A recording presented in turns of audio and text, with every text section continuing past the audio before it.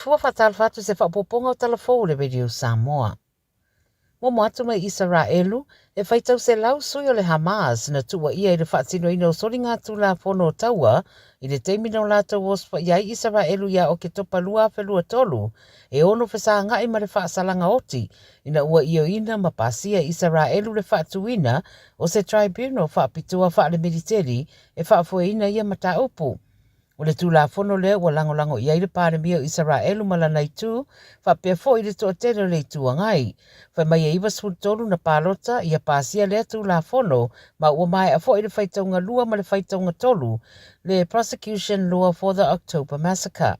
O le osfa inga lea le Hamas na whasiutia i le sidia i le awhe lua se lau o tangata Israelu, ma awe whaapango tā i le sidia i le lua se lau 5 o tangata Israelu.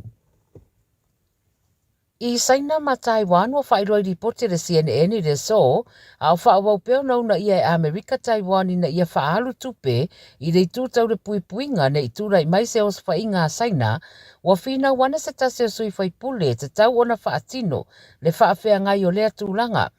Whaititia whesanga inga ai whaatele talanoanga.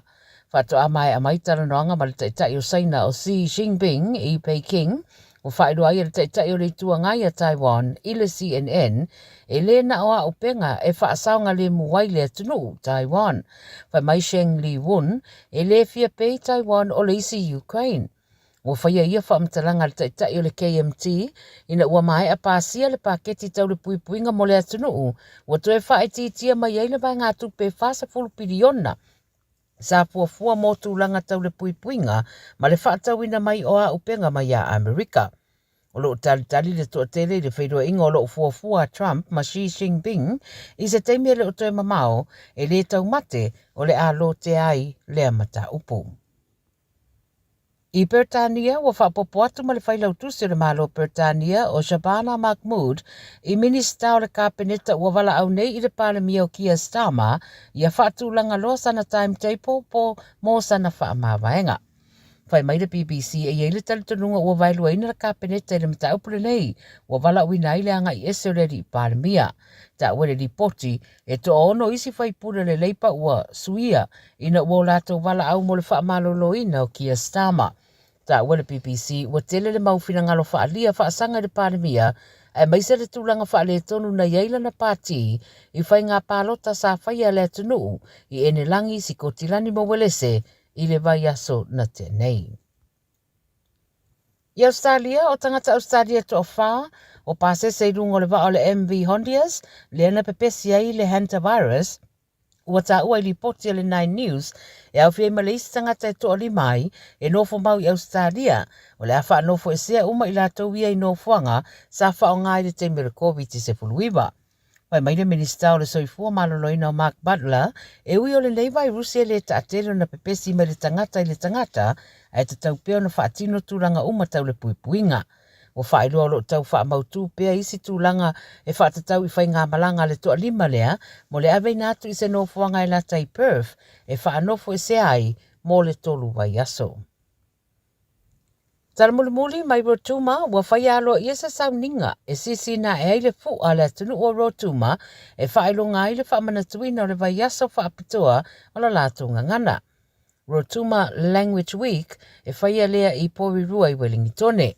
O le ngangana Rotuma o le rua i ngangana Pasifika lea ua whaamanatuina i le nei tausanga, o se vaenga o Port Kalame le mtanga renga o tangata Pasifika i New Zealand. O Rotuma, o se motu pea ma le ona se lau 5 kilomita i le tu i matu i Sisifo o Suva. Ma o le autu o le vaiaso i le nei tausanga i le Whaapirtania, Treasure, Nurture and Teach Our Rotuman Language and Culture. Whaatawa ina lava o le ngangana whapea fo i malea nganuu a le atunuu o Rotuma. Tala ia le Radio Samoa mo le nei aso, asoifuea. Tasilima i Fatulu Amo Radio Samoa. O yaingi la pisi e se mai i la pisi maasani. Pei o ta whaate kunolosi, o ta mamafa, maisi. Awa le la foia i le la pisi. Ai tanga i ane i le aucklandcouncil.govt.nz/where it goes. E te sila fia ele no fuangai avianga iai. Tamaki Turuki, all together Auckland. Tātou te mana na o malawa ia sa o le awala i whaatino ai le toi whaonga i nau ni la pisi toi whaonga. Mana tua, o tanga pepa i ila, ka tuni whangu te o ata ma laptops tuai. E le tia i ina i le la pisi toi whaonga ina. Whaatino le toi whaonga i nau la pisi. Toi whaonga i le awala sao. O le nā ua iau 5. Tanga i ana i le Auckland Council Recyclable Items. Tamaki Turuki, all together Auckland. O se talafia nei Samoa, wei nei se tautua ma se unanga family noto mai le kampania le City Car fua tusi tasi dua lua Lincoln Road Henderson. Te maua iai le tele o tawa la poa band e ho foi tatu tawa le laiti. Tania foi la tau whaale tonu tongi e talafo mo le tatu cashback. A matatu lima se lausi aga ia tu le 5 afe tala. Fe so te mai ulungia Peter Prenanto le numera o lua tasi o walewalu fitulua. Pe a manaumia se tawa le fōmolo ainga i le tau malulu. citycars.nz. O le polokala me o le Gagaifo Faiva malei a taua savea i lunga o le Radio Samoa. Ua mawhai o na awi nātu ona o le fesosori mai o le Pacific Specialist Healthcare. Ma le tonga fitia o le ngase o le fatu. Ma le ngase o le kanesa i fale ma i e lua i Nandi Masuva. I le atunu o fiti. Asia siane i le upeka tawhai langi. Pacific Specialist Healthcare. psh.com.fj. Te alofa Samoa o Mr. Cowboy Lenny. Whaafafonga ma mai mo mai bea i le Radio Samoa. Yeehaw! O te fifia lava ma le nganga whaaftai ma le nganga whaaloalo. E toi whaatalofa i a te oe Samoa le atunu pele i le neifo i a so lua. Ia o le aso sfulu ma le lua le nei o le masina o me lua afe lua se fulu. O lea ua se fulu minu te ua te ai nei i a leitu lae wha boe o lo o maruia le tapua inga le atunu. Ai mai se fo i o lau whaafonga ma lau sila mai moa, mai lunga o le siufonga Samoa, ma le api o fōringa, ma le tātou YouTube channel, ia ai mai se fo i, ia e lei atoa, le ngā luenga le au insini o lo whaatino le teimi le nei, i le pou leo lo le tūlangi i West Auckland. Ia, ai whaatalo whai ma le nganga whaafitai i le tua. Wa maua le nei lao ua tātou toe laulua whesila wha i ai ma tātou whenua i luma o le nuu ai leo tua o le nuu, luma fo i o le tua. Ia, i le ngata i lea, mai o na maunga te tele se i o na maunga iti. Ia, whapea fo i mai o na au se i o na iu. I tūlanga wha lupe o le atunu i lona tā whatolu o le vāna nofo. O pa ia mamalu wha le malo, pa ia fo i mamalu wha le anganu. Ia, ai ia matua le tu. Wa mawalunga sa vi inga si i ana au na totofi le atua. I whata whaita ulanga e fia, e le ngata le dei atunu o New Zealand, wa vea mo tātou a inga lona lua. Ia e whape nā fo i le tāpua inga, ale atunu pele i Samoa i ona lau whanua me ele, o loo whaamuli mai ai le to tele, i le ngata i o tātou tiktai wha le malo, o tātou tiktai fo i wha le anga nuu le pūlenga mamalu o li me whai pule, le awa luma o tane ma le awa luma fo i o tinamata mai tai. Ia, le malosi o le nuu se i o lawa i le tinefu ai maise o whare tua matausi, sa o ao, ia maunga whapae o le atunu. Ia ma Samoa i lona loa ma lona. Au te tele. Whatalo whatu. Ma whawhelua i atu ma whalofa i ate. Oe. Ia, la talofa la ia lea i le vasenga. Tinam ta maa tutua o le atunu. Tua asina sina. Ma lole soi fōmanuia whaafatai fo i talo mai. Ia, ma whanau manu fo i awa ia. Sailinga malo, alo matama whanau a Samoa.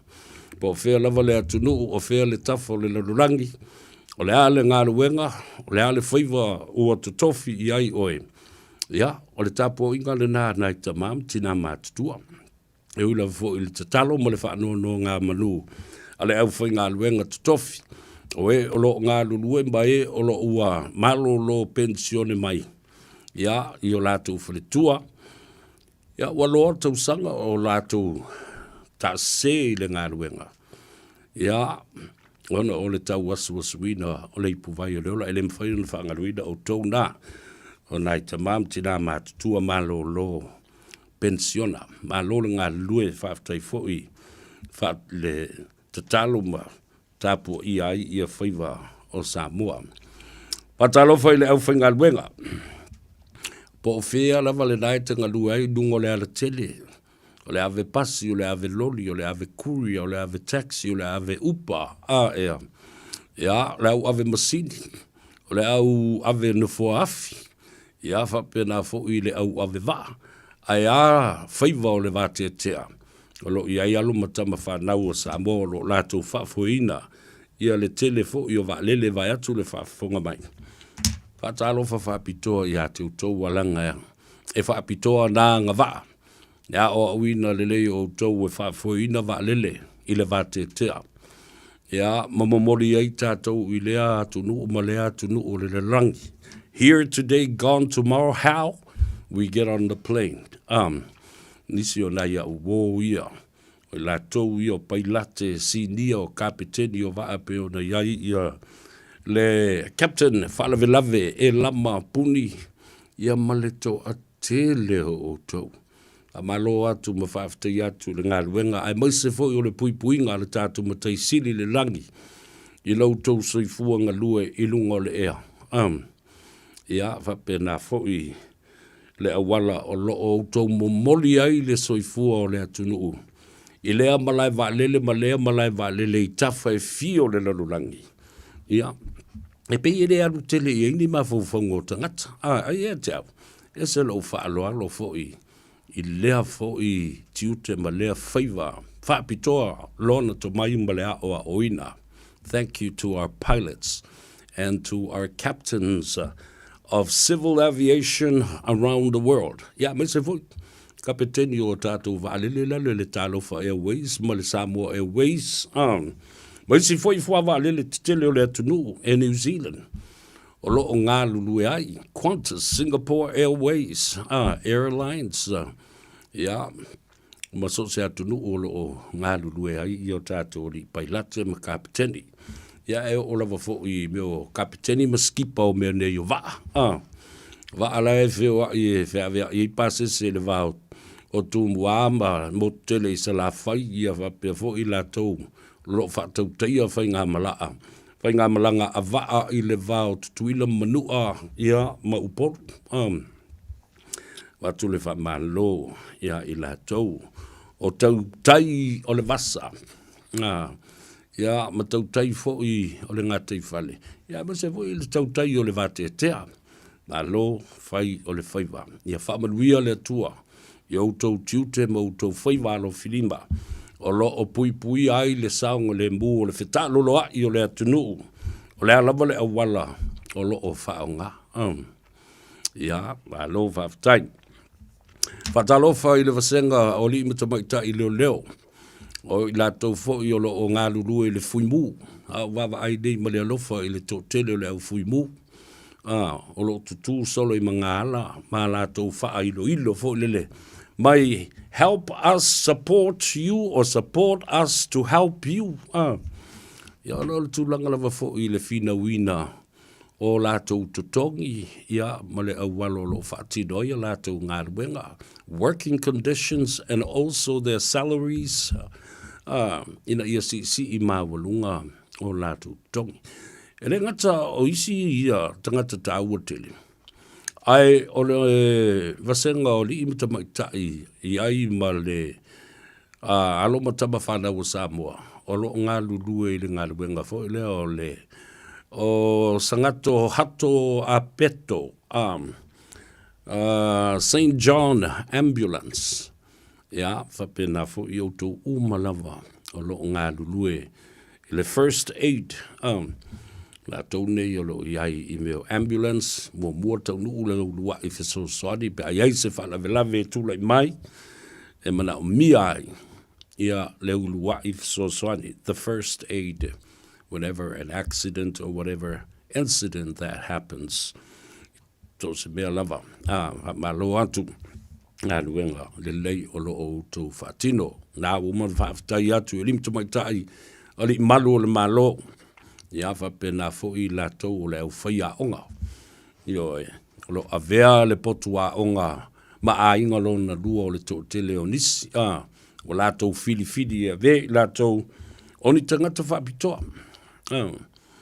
O le valawino oe e avea o se whaia onga e a o atu, i tō pulanga ina ia popoto mata mai ma tā pena te tai o le atunu o mō atai ao, male sa ilinga malo, ma whainga malo, upu whai o malo, atina e o malo, male ta mau a inga o malo ese.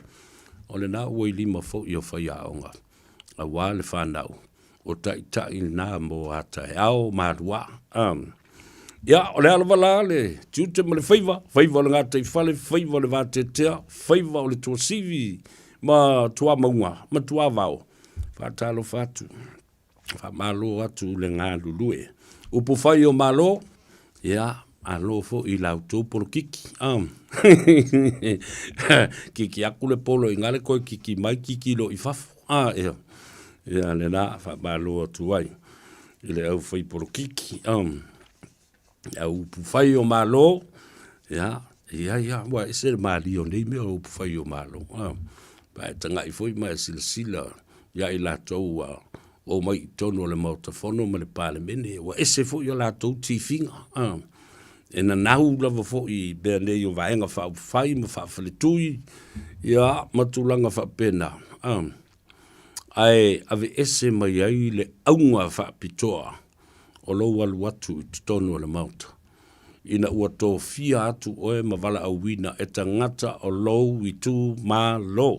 Wa tele la ina na nau i whainga whaafale tui, ma waenga wha upu whai, ai ngalo ai ia te oe, le tā ua tele. O le manaonga ma le tō wha a lou i tū mā lo, na mamoli atu ia te oe te alue whai, mana tua fo i lao menei. Ai alu fo i vaenga wha upu whai.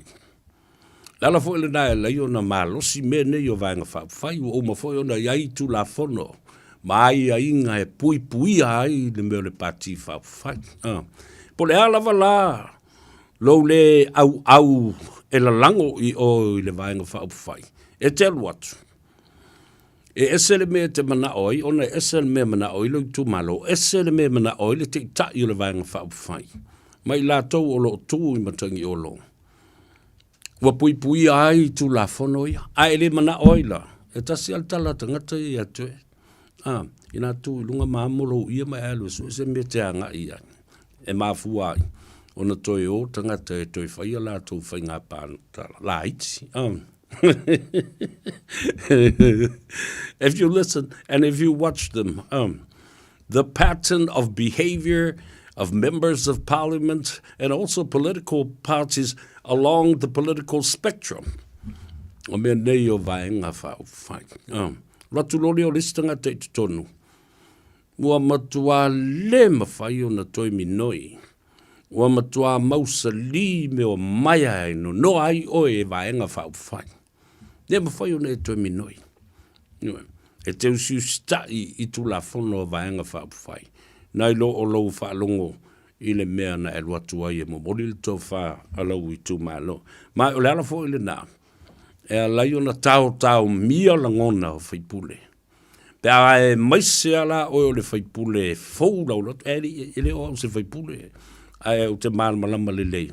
Nanga tasi le mata upuna u whau umai e le pepa tau o sa u whaia. Political science. How to write a political paper for the public policy. Tā ua la tau ia, o le malama le tūsia o se tūla whono e ile mana onga, mo le manuia o tangata lau tele, public policy. Yeah. E mea o ia lana tātou tele i o tonu o le veo se whaipule, o se i tu malo, ma veo se suius whono le palimene. Tātou te malama i le mea le whai i la wari ia. Ai mai se ala wali ia whāto a fōu atu tonu. Mai se fōi, wa lewa nei tonu.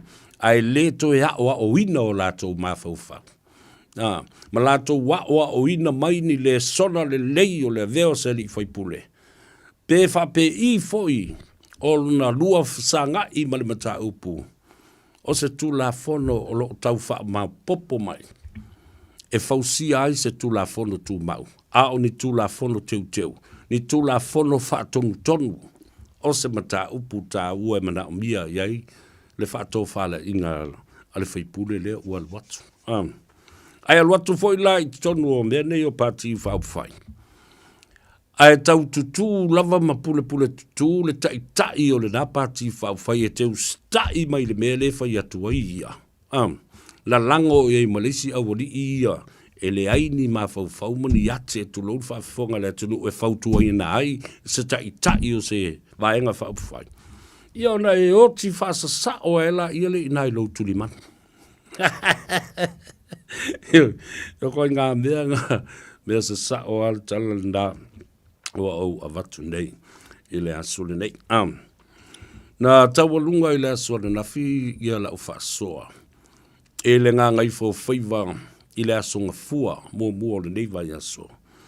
I mata upo e tolu nei na au maia e tai o le ekalesia katoliko. I te tono o le tātou o tunu. O le teimi o le tūlai mai. O le fionga le ati e kopo. Ia pio tau finu. Katana le pio tau finu. Sa iaila na mau sa avea mata ui o lana ngā luenga atoa. Ia tu watu le upenga i le loloto. Sa talanoa i le tofa. Lua tofa na talanoa i ai. Ia le fionga a katenali. Pio tau finu. O le tō wha le atua. Ma le tō wha le anganu. Sa wha ipo ai e le fionga a katena le pio. Ma whaunga au tūia. O le tō wha le atua, ma le tō wha le anganu. Ese le tā ua o le nā mea. Ia te au. Ma o onga le lei. Nata maua mai nei taitai. Ona tau nuu mai lea ua whaamanawa i lea tua ngā luenga le fionga a katena le pio tau filenu. Ai a sila foi.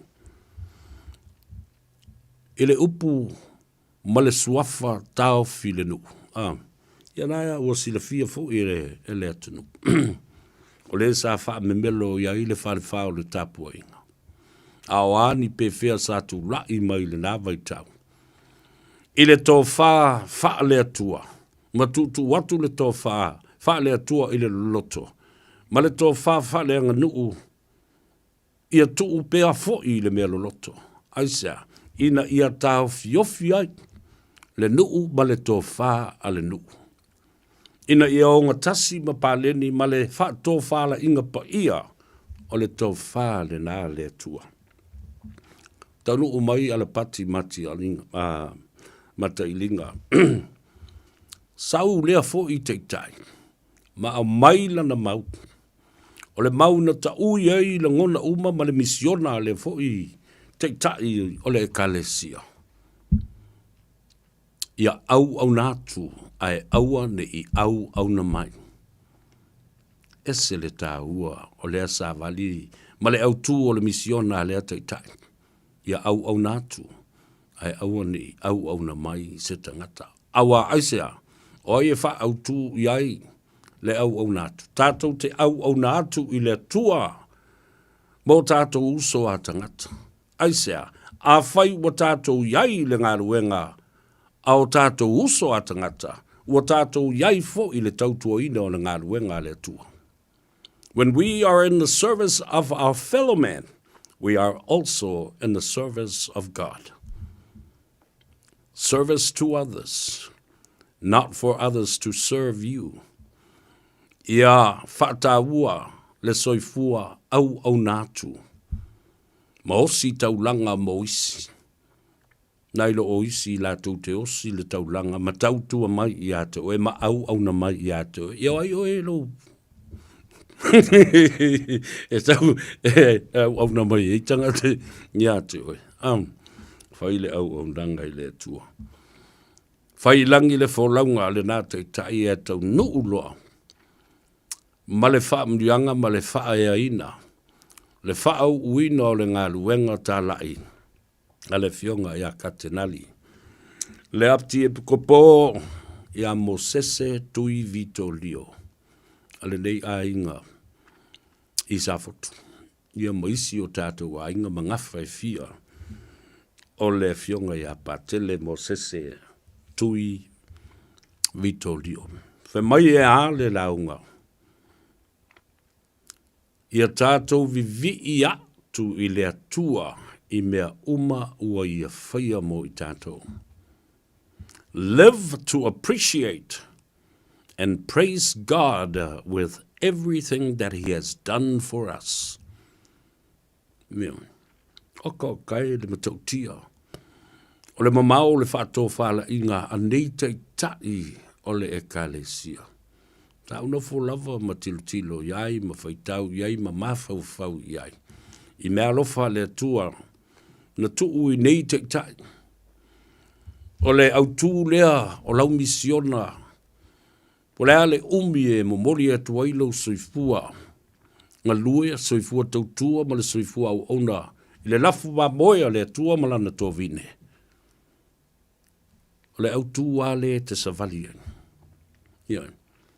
A fuafua foila iai. I le savalinga le nā, a le fionga, i le ati kopo. Tau finu. O le tutuu, o le tofai loloto. O i, sa mawhai o na nofo fi le muai le atunu. O te tai o le atunu, ma le vā maona tangata lautele. O ani pe fe tu lai mai, e ngā lulu e whātasi le ngango le tua whātasi e fwoi. Ma le tō whā loloto, ma le whā utanga, a le pule nga malu ali mwhai pule, i tū ma le anga whā le anga nu, e fō ia ai whā whitauli. Ioe, e fō ala mea ai whā whitauli, ma o le ala fō le nā. Sa tele ai lava ina taoto i langtonu, ma tā upu, ma pēwhea e tūlai mai i lea taimi, i le taimi o le teita inga. A le nāfo i teitai o le kalesia. A la pati mata i linga.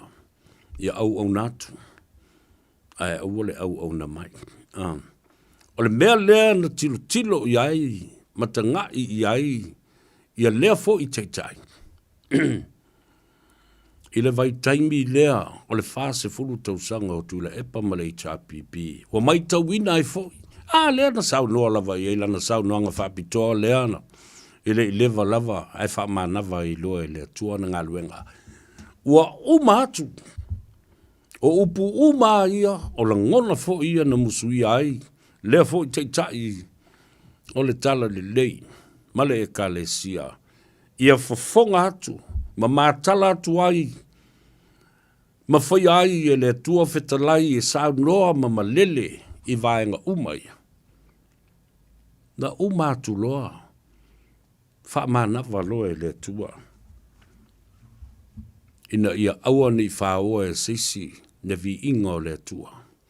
Ma wani i o tātou vivii i tangata, mani teitai sa iai.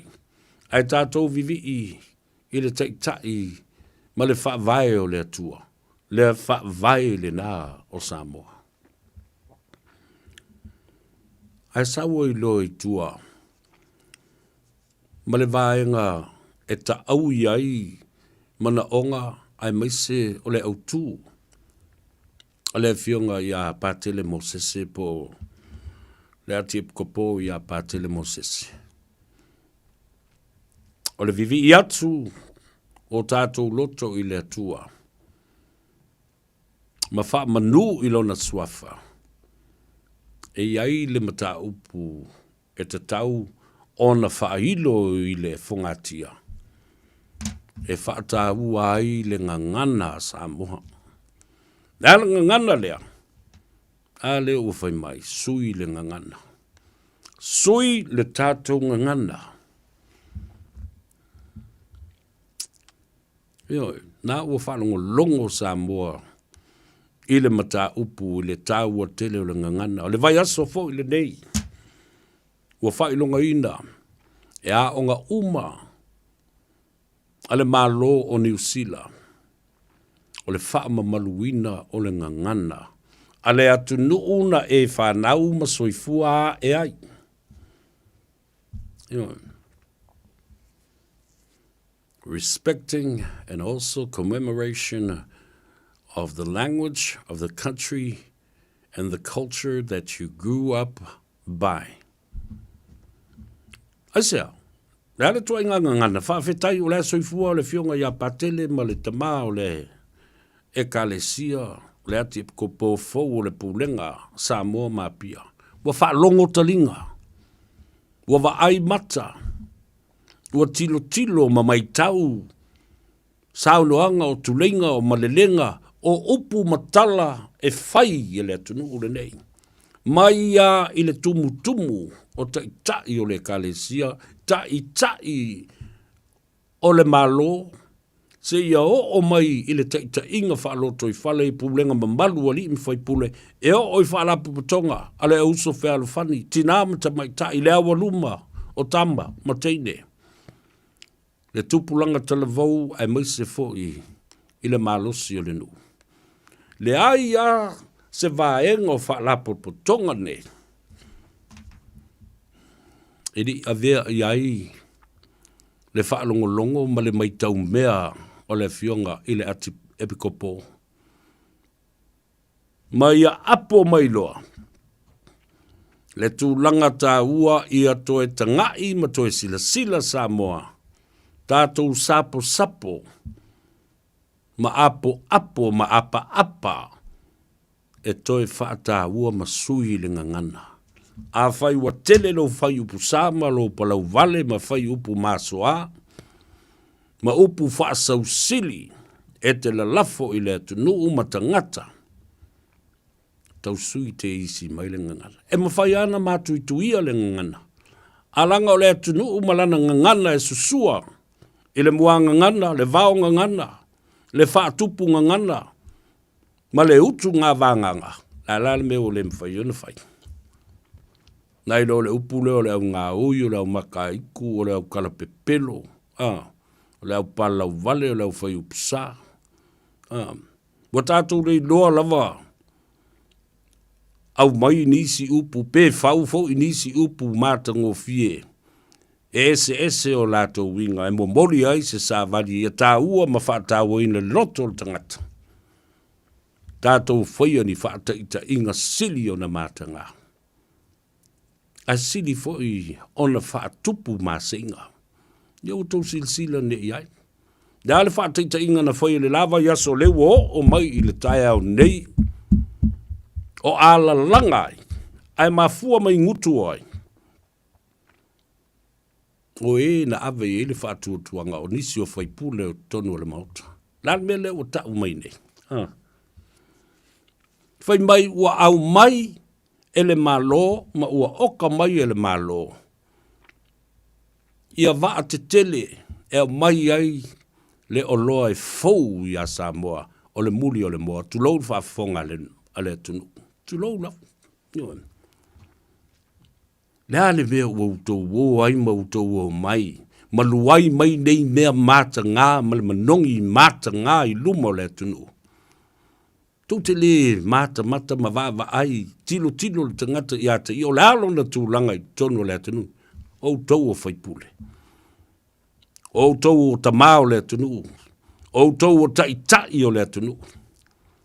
O avange lo tau le maali lia i le tūlanga o iai o tau le tū malo. Ma u le malosi wha whai.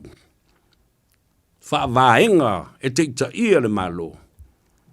Wa matua maua lo ai le no fuanga wa to wo i ai le me o lo i ai le tau whaitangi a we ma le lili wawo ni fo.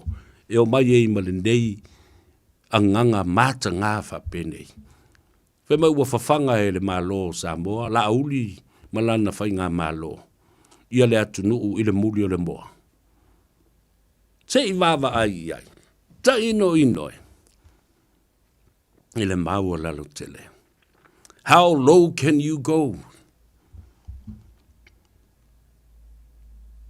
No manatu lava.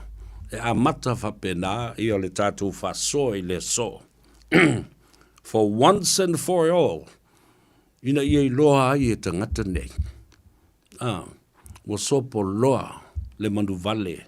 I le whaafafonga tāpua i a le atunu. Wai loa tuai fo i lo tau matua i vai tele. Le alo watali le malo. Mātou te li au mai ni mea whapē whawhanga i le atunu. Ai se sila i tua inga le whawaya.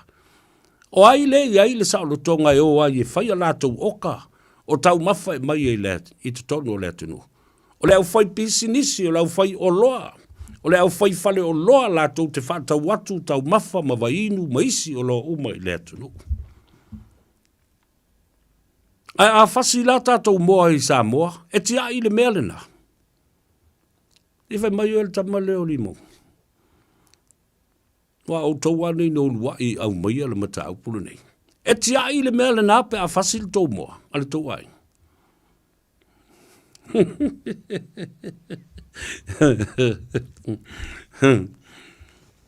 Wa matua i vai tele le mea uo. Male manatu. E o mai apoere e tangata. Wa avea le nā mata upu mātanga. Wa uma le pātua moa. Wa uma le muri pipi.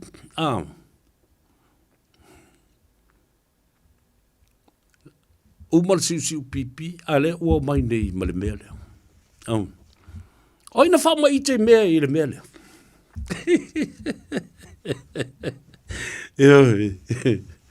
Le mea la le o tūla i mai. Tau tau manatu. O le avea o le nei ma ta upu vai tele o tau o mai o tau mwemele. O le chicken pump o le chicken ass. O se mea o le a mawalunga ini o tau tongi points mawalunga. Mai nale. Ana le a mātou ele au mai i luma o luma mea se i whalongo longo le tunu i mea ua whai la uli. Malana whai ngā mālo i le mea ua au mai e whawhanga i Samoa. Ta ino i noe. Au i loa tu ai matilo fia e le tunu. Lau tau vā lea tele ma lau tau vai tele i nei mea ua whai. E pula le whai pisinisi. Pula alanga mea ai le la amai. Pula le whai pisinisi. O ha mea o hawa noa. Mea nai whātua. E o e whasi e o e hawha i whawhanga whaalei au tō moa ma. Tō titi whaise tala i mora siu pua. Fo lele leo e wawai le. Leo e mea pork bones. Fo lele pi me siu. Tō titi whaise tala i lalo ane ala siu. Ela wali ia. Fatalo fatu ma le falo alo tele ia ma le ngang fifia ile sunga ile taupa u kai sala sio ma i kala stete e musi fo yo tatu ainga u malava ile ayo kiriso Samoa poto lo fa fonga mai tele tala mala vava ai atu fo ile like share ia ma komeni fo i tatu lo lalamba papa au kala stete e musi fo le sunga ia Father Paulo, taupa u, ia, atalo fatu, le ia tau savea, ia te oe malau e kalesia, ia mai se foi, le lo Samoa lo alala ma papa awai, ile ai o kiriso. Na yo tatu ainga o le whaalongo mai ma o wawa ai atu e lungo le apia fōringa ma ina ile tatu YouTube channel. Mai na i Invercargill, Dunedin, Invercargill, ia, whatalo whatu. Nisi fo yo i latu o lo a tawina. I le universite. O tātou o li imatamai tai skolsipi mai Samoa. Otago University. Whatalo whatu. The Dental University. The Medical School. Whatalo whatu. Ia, ma whaalo te tele atu. Teimi o le tau malulu. Io e malulu lo fo isi kaimi ele usu i sau lecture po sau tutorial i tai ao na o af. Alai fo lunga feula kunga vai le wak wo le asu o maliti. Fa malo losi mo no sai. Io ia le faingo fie. Lau tu sailinga malo ina i mawhai o na whauina ma toi tali watu. Whao ngā le nā ta mai mana. Poto a o ina. E fesoani ai i le ati na e o le tātou atu nuu malona ta mao ainga. Ma le tūlanga le lei. O tātou tangata uma. Ia le nāla, Ma fau le lei o tau ia le whaongaina le lei o le ngangana. Mai o le sia mea le nei o le o te vatua. Lava pea langa o mai tau wina. Te le umi o tau sanga o tangata nei te tono le mauta fono ma le pāle mene. A le tau te mai tau watu. Mo tai fia pae ingara anei tangata. O lo tu mau ai pea i nā ele ai se alu i luma po le la ai luma po le e tu mau ai nā aleo le nā o le solo muri i tua. Ni ai di tō finga. Wafo e tau solo mua i tangata nei. Na o upu whaalele e whaalia lia vale ai fōlea. Ai lei ma se mea o se pā upa ue songi ai sai mafua lea. Mafua i lau tautua. Mafua i lau ngana e whao ngā. E mamā ia e o lo taita ia whai ngā māloi lea taimi ma lea taimi. E tū la fua i atu se tofi i ate oe. Lea ngai tau valea ai le pāti ma le whai ngā mālo i lau ngana ma lo ngutu. Ana au tō sisila i Samoa. Au tō mai tau wina me nei o te whai atu le tala le nei. So se taimi whatala noa ai nei tangata uma i lunga i. Ele fuatas, ele ngā uri mongi. Lato uma lava. Ono au tō mai tau lea. Ioe. Se e tasi i le tofinga o le maitau upu, maitau mea. Ma le maitau laulu. Ai se i whaalele la le awari ia. Nau tau whaafofonga le iai. E o lava se wholosanga o le vānu nofo o Samoa. E au ngā piu ma se me tasi. E o iei mawhaufonga o tangata nei.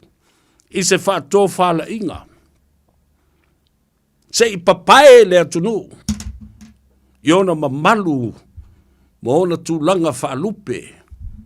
E masani ei Samoa. Ngāra kua e mua le tau whaaleanga. E mua le ata sauro ma le tala tau whaaleanga. Ioi. O tō mai tau ni mea nā Samoa. Ioi. Mua lava le nā tangata nei whai. So se whatala noanga i lunga o lātou social propaganda media.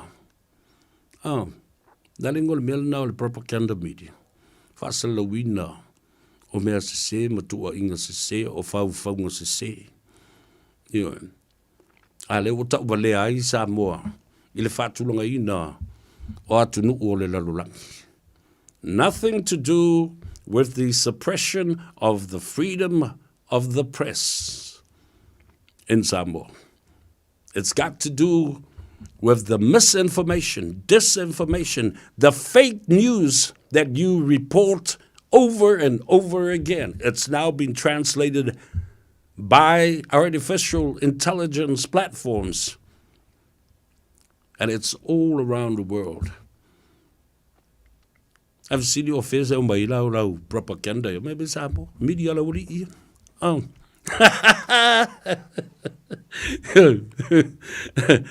Le otu wa I fu el palmia, ma le tau fia palmia. O isi media outlets, so be it. Te le tau fai atua le nā mea. Ai loa lava le media outlet. Ua sopo loa lana pule I le saulotonga. Ma tūlanga whapena ai whatutua nai. Le tangai ma le sila I ta iala o lo whaongai nai le tātou ngana tū ma le anga I whanua I le vānu nofo. O le ale me whai. Whasifo. Whaingo fie la tō ia. O le tau singa o le vānu nofo Samoa. Le vā whatawhata, le awa whatawhata, ma le vā tapuia. Ma lie la wa fionga le pārmia. Teitai o le malo. Wa sasi foi le mātou whaututanga. Wa avea lo mātou talitonunga. Mātou te malo losi atu. Ona o le talitonunga foi. E malosi atu. Le sao le tonga lau tu stala ma lau whaasala lau. Wa whai ei mātou ma vaelo na wha. O whai ngā malo wha temu kalas. Mātou te whaalalo lalo atu. Asu atu vai mālui pu enga I lau fionga. Wa mātou soli lo tātou vānu nofo. Ioi. Ai awha oi lau fionga le li pārmia. Au maia le tō wha. Le whautanga e masani o na e sau noa, ia i e le pōpea se nu o leo o mātou o mai. Nā tali o pānmia, te le mana o tūte o mai e whaato ese mai, ia te au ma wha maulalo mai. No mana o. Ina ia o tau manino ma mālama lama le lei. E ese ale atu nu ule nei. E mo i eilo o tau saulo tonga. E i fo le saulo tonga le pānmia ma le mālo e tali e tuai. Ai le tātou vānu nofo, le vāta puia, the sacred space that controls and gives us that wonderful feeling of working together. Le vāta puia ma le vāpa ia le nā. Le au mai tātou le vānu nofo le lei, e te loa ai, te le sopo o loa. E loa fo i le nei tū, e ai fōringa mai ua. Masa e sia kako lau whai pongo, o ngi kūpo le am, ai mali e ia. Ia lau whionga, wawa le tā ua mene. Whawhia no o wātua, whāteita inga le leina, and any other media outlet. Whāteita inga le leina nā. Leanga o Samoa, e iai lana tū, ma leanga i whanua, ma le vāta ngata. O lana vāta puia, e fe tausia iai. Ai le tū la i fuama tū sa sae ane. Whamai o le mātou o le media, mātou te pule, e le ai se whinaunga, mātou te le manu malo ai. Ele mea le se i whai e ma se awa ma se. Fua i loma, fua i tua. Tātou o mai e lalo, tātou o le atunu pele lele. Ei o tātou te tai, le tātou tā whatolu. Le vāta ngata le nā. O pa ia nā le wha le malo, ta oto atu. Pa ia wha le anganu. Pa ia wha le kalesia. Ma pa ia o le tangata lava la tau ia o le tausi mamalu ai nei. Ma le ngā ruenga tā ua lo o tātou whaia nei. O le tau longo longo. Ma mori le tala sao. And that's one thing o lea. O le mea matauti ale nā leo tūlai mai a Samoa. Wa tele le meo le tala pe pelo, fe lau ai. Le tala se wa fe lau ai. Ia vaila le tala se le na whai nei. Te mai li mongi, wa mai ele malo, leo muri o moa e whawhanga ai Samoa mo le mamalu o le atunu. Sei au tau si le sida, ele matua wha maurunga ma le pepelo le nei tala ua whai. Ile atunu, tau leanga le malo, le fionga le palmia malana kapeneta. Le tele o tupe o iai pe o nau tau whafonga o ma whasoa ai ma le fionga le teitei whono. O le lupi whai le astona ina sei mawai atunu. I tau tai o le tua sivi tangaloa Eddie Wilson. Oka, piliona tupe la iai. Foreign Reserve le rale matautia le tele o tupe iai. As if ai le maulolo o le pua elie o eri mongi ma outo uma ia. O lo o fia e wha wau na wha ngā le nā. Propaganda. Fake news. Allegations. And accusations. Sei sila iai. Ai le wha mauni. O la leo ta uvalean.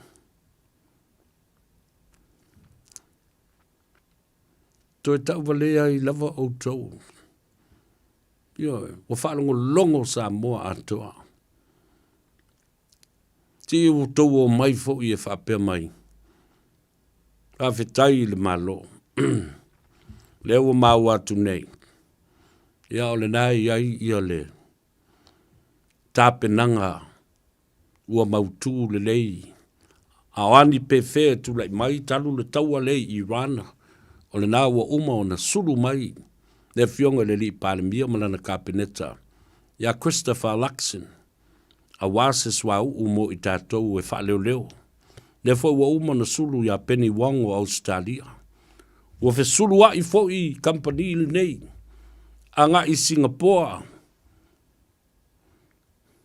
Ina ia iai se le, se swa uma spensini whaaleo leo mo I tātou.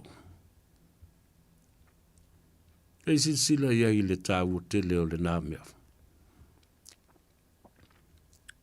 Mana ia o le tu o lalo le nāna mai e tu le epa. Ioi, tu ngā tu o lalo le nāu te fia te whaalongo iai. Tau tu o nā ma le fionga le li pārmia. Ia lava na tāpenanga. O ani whaale tonu e tu lai mai o le taua lea. Ia lava tāpena, ia lava tau mafa o le atunu.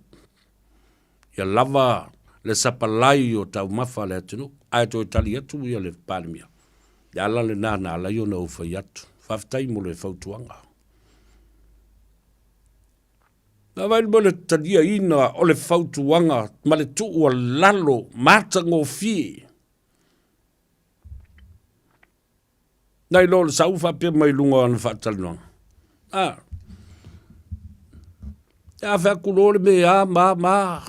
Ioi, kure koe whaongai ngā me o kupe lea ma lea as. O mai whakau mai me le. E le tau e whaia whapenani whaatonunga.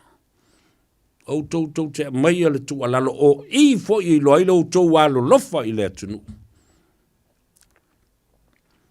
Tau te au maia le tu alalo I le tu langa e te lia I nai. Ma le whaalo alo e le te tai o le malo. Ma ia langona ai lau tau whautuanga whale tamā. O le matua moe po. O le matua alofa. O le matua e manatu I ona tangata. Asi sila ia. E le au maia le mae ao tu le epa ma autou ia. E li liwa tuai le pale mia. Ma fue fua le atunu. Ma fai masasa I le atunu. Ai le o le atunu. Lea lava. E faa foi ma faa tauteia le lei atu le pale mia. Because why? The Prime Minister is not stupid. He will not take to the EPA and the opposition's bad behavior, intolerant behavior, to punish the country and to punish people that supported HRPP. Can't you think of that? Ele au maia, le mai ao la wali ia. E tua tuaila auli marsasa. E fue ma whaasala I fua te ngata o le atunuu. E te tau na whaasafua I ai le whaamanuanga. E le whaia o tau. Ai ti ngā ina I fua le atunuu. Mea le nā e whaia le te tai le lei ma le te tai loto lofa. E whaasafua le lofa.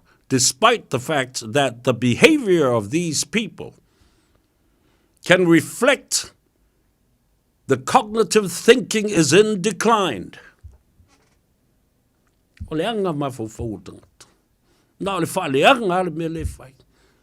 Whiato whengau iai, matongi. Toi wha minute o na tā leo le tū lai lima. Tātou wō, ia tātou telefou masina malolonga pupu. Foi mai, wha wau. Le Gagaifo Faiva au inatu ia te odo le fia tele. Tātou whale ba I lua I Nandi Masuva. Ia, awale tautua le Pacific Specialist Healthcare Hospitals, one in Nandi and one in Suva. Treatment for heart disease and treatment for cancer patients. Alo whaaftairi whaafunga mai.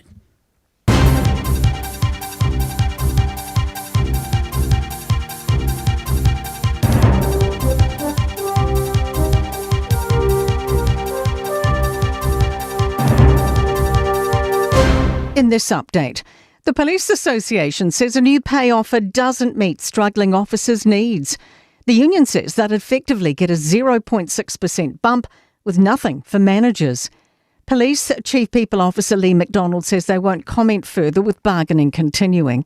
Police Association President Steve Watts says many officers find it hard to pay everyday bills. Many of our members are having to go to food banks, to other support services in order just to survive. 2 people have been injured, 1 critically, after separate assaults at rendezvous setups through dating apps at Invercargill's Queen's Park.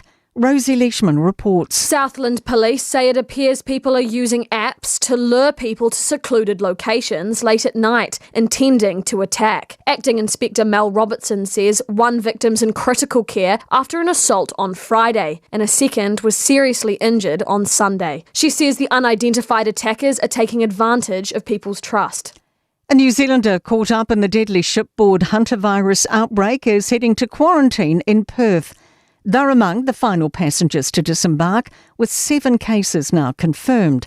Health Minister Simeon Brown says MFAT's assisting the Kiwi. MFAT is engaging very closely with the individual, and that if the individual was to return to New Zealand, there would of course be a plan put in place around the return. Sir Rod Drury's been taken off the speaker list at the Electrify Queenstown Business Summit. 4 women have come forward with allegations of historic inappropriate behaviour from the former Xero founder. Drury's denied claims from 2 of the women and not commented on the other 2. Destination Queenstown and Lake Wanaka tourism head Matt Woods says Drury told conference organisers weeks ago he'd be unavailable. He returned his New Zealander of the Year award last week.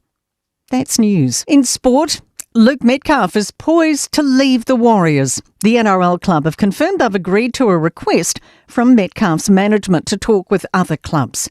It's unclear whether they would allow an immediate release for Metcalf, who only re-signed until 2028 late last year. All Blacks coach Dave Rennie's been wowed by Leicester Faiva-Anuku's switch to open side flanker for the Crusaders. Faiva-Anuku's played 3 straight games in the 7 jumper and impressed again in the win over the Blues with 2 try assists. Rennie says he's liking the work ethic but has cautioned Faiva-Anuku still has work to do. He's carrying a lot, he's stealing a lot of ball and so on. So I know there's a lot to refine there in his game as a 7. Radio Samoa. Taslima Ivatolu. Amo.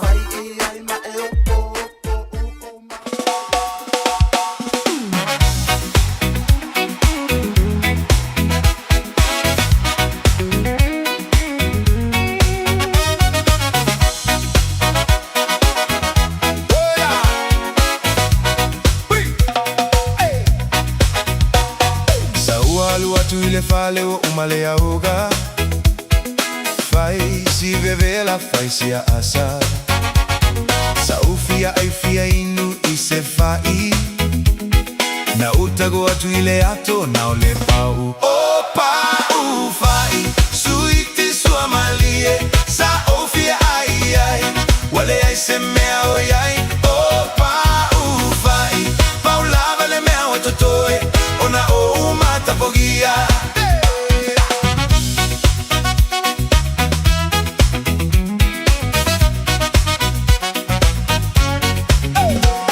Ole apu e malo e nau ai nifo E ai isi apu suiki isi apu e o oga Ai ole fai e lele mo taimi uma Na utago atu ile ato na ole pau Opa ufai Suiti suamalie Sa ofia ai ai Wale ai se mea oyai Opa ufai Paulava le mea watotoe Ona o mata pogia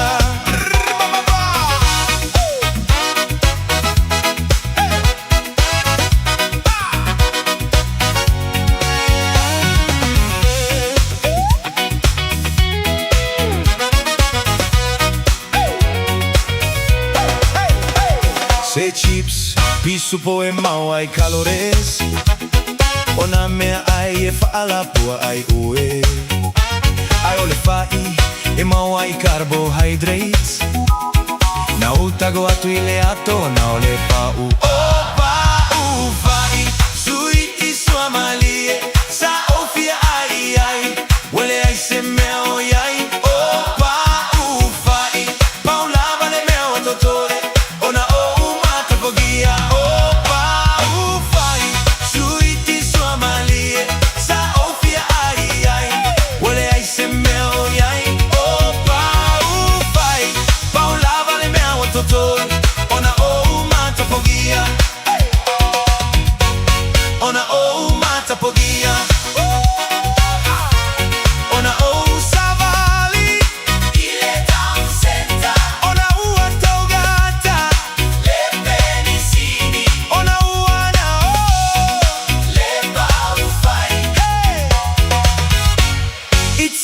pau fai.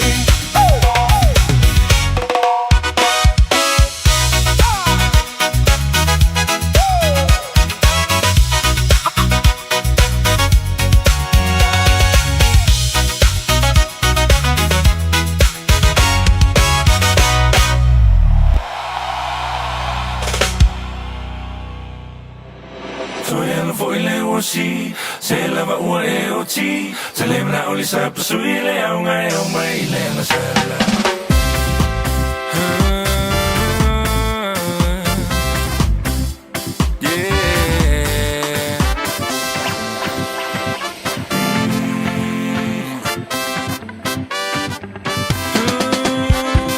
La pele e se fa mole mole fa tali mai e Po a e na te unga Faiva avale So on the valley lava mutu ai le valley male fa eche le valley le na o me valley le ta se fe so ya no foi le wosi se lava o e o ti se le na o le sa sui le o me le na sala so ya no foi le wosi se lava o e o ti se le na o le sa sui le o me le na sala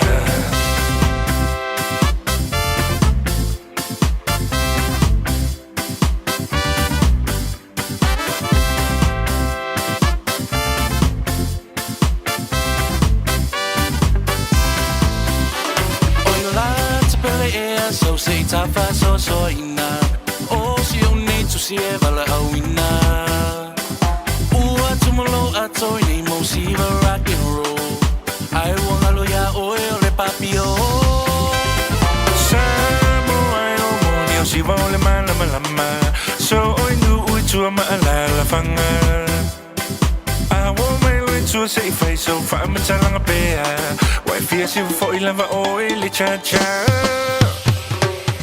Foi le wosi, se lava o e o ti Se le na o li sa pasui le au mai le na sala So foi le wosi, se lava o e o ti Se le na o li sa pasui le au mai le na sala Na na na na na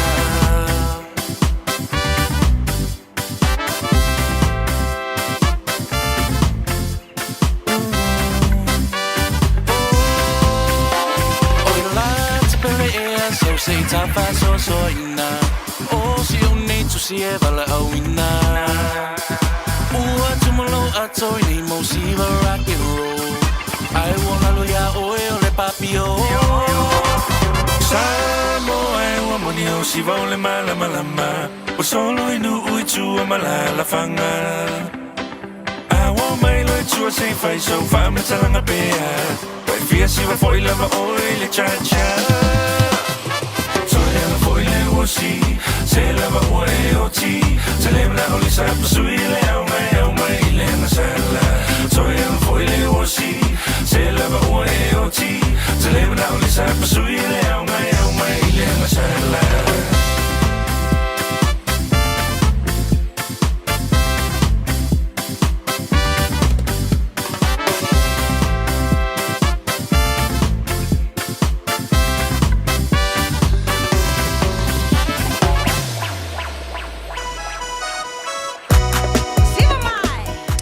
Ja, so e whatalofa I a te oe ma le o wholofa atu fo I le manawa o ngā luenga ma le tāwalunga o Faiva o Samoa I le nei a solua o lea ua fitu minute ua te aile I tū la e lima.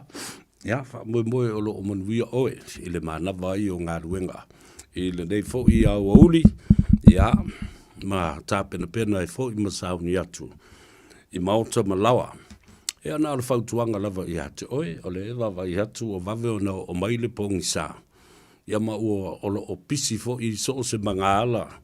I au kilani nei amata tua I au kilani I si I saute nei, sa fo Auckland e mea o iai I o le tātou wale si whaasala lau. E taua I West Auckland, Central Auckland, wale ai a se mga ala e te ala. Fo I lele e oso ai whapea. E avoid ile traffic o le matua I pisi lava fautuanga masani ina ia tau sia lo saunga le mu lo Malau manatu fo i tu wa vanoa isi fo i ave ta vale lunga le ala tele wa le te miale nei e tele na oso i le fe e o le tangata. Ma le lava le pusa ono sai. Ia matupu ai ma pe fea e te le mana o mia i lunga o le awala. O le talo ina ia taunu umal manuia ma le saunga le bo ia whaatali mai fo i le tina o le ainga mai lātou lo whaatinoina ia ngā sese o tau mafa. Ia, tali le sua. Ia ma mori fo le vi inga i le tua ma le whaafitai. Ua saunga le mō le nei aso. Ia, ma ua solonga le lei mea uma i le whaatau tainga ma le puipuinga saunga le mō o le tātou matai sili i le langi. O mai leo la utala noa le mata upule nei mai te tau au no o iai se tala. Ina ia nofo fi mali e fo i mamala malama le atunu ule se senga o mea langa o le vai aso na se i mawai atu nei. Na fesili ai se tasi o te baita i tu stala i le feino inga a le fionga le li pale mia ma le au fasala lau ma le au tu stala le atunu. Na whapea ai. Ua toe wha mawai le to whai le li o le tu ia li o la vea. Whatau malama au wawa. I lona tofinga fau lea na whae e ne iai mawala au wina ma tofia iai e le malo. O le vea lea o le whaululunga. O le matanga luenga a leo leo ua whaingoina o le Cyber Crime Unit. Mai o le sosoani lea le malo Australia e tawala mai. I le Federal Police Unit. Australian Federal Police. So ai ono le tele o whaafita uli ma sori ngā tu la fono. E whao ngā ai ia le teknolosi. Le teknolosi la leo le internet. Ia whapena fōi whesota inga whanei o Nepo. E tawala tu i mene i o Polokalame. O tangata tau whaaleanga ma soli le tu la fono. Liable crimes. Ia, a le o le nā fōi o le defamation. O whaamatalanga e whaalele. Ma whaamatalanga tustusia. E whaaleanga ina ai se tamali anga o stangata. Ai a tātou tala nola vai le tula whono la tō wia. Ma le momoli ina o tātou sābali. E au noa. Ma le whaaleanga ina o stangata. Tātou te tala noa i le tula whono. Le lawa au mai nei le nata mai ta i tustala. Ai le mautu. Po whea na au mai ai. Le sos whātua tua ina lea. Whapea ua whamawai. Whafose i le tō whai a lio. Whātau malama. Ai ua umana whaile mātala ma lio. I le afiafi o le asto na ina se i mawai atu nei. Ona ua le maua se awa no e whaatala no i nai. Sa ia tā ua i le ai. Le ai lava se mea whapea ua tupu. Le fo i lai whate i atu le fionga le li parimia. Po fesa uel tamai ta i tu stala lea. Ma nei tu ua inga. Ia ma lea fo i whawhatala ua momoli mai. Ai e mai fo le ata. O tala, o le au whai te tala. O la e pisa o ai lunga le upenga ta whailangi. Ai o le mea moni. Ele ai se reliable source.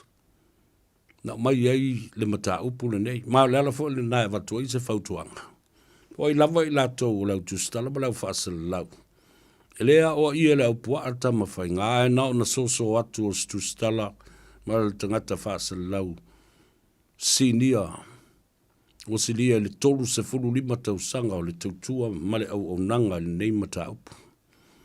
E longa ai i puia li i le atunu i mea lo tutupu, mea o le atutupu. Ma valo i ai mea. E ono tutupu. Ia ma mea fo i wa umana tutupu. Ai lo latou a inga inisi mea e ono tutupu mulmuli mai. Le lau au tala noa tuai le mata upu nei. Le anga e a inga le mata upu o le te maita i tu stala lea. I le whai unga a le whaam sinonga. Lea na whaia nei. O le sailinga le amiotonu. Ia whapena fo i le whawhauina oni whaamatalanga e tua i ai seisi tangata malafua i le leanga i seisi tangata.